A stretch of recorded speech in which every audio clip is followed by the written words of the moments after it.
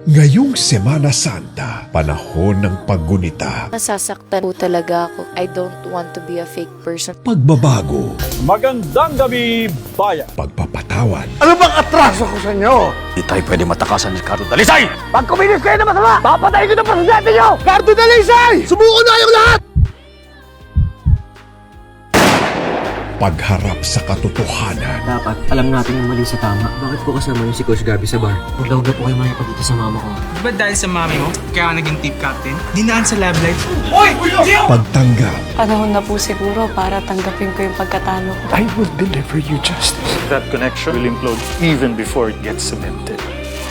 pagpapaalam, Ayokong umattend ka sa party bilang legal consultant. Pupunta ka sa party bilang boyfriend ko. Gusto ko nang ipaalam sa lahat ang tungkol sa atin. ngayong Semana Santa sa ating prime time bida.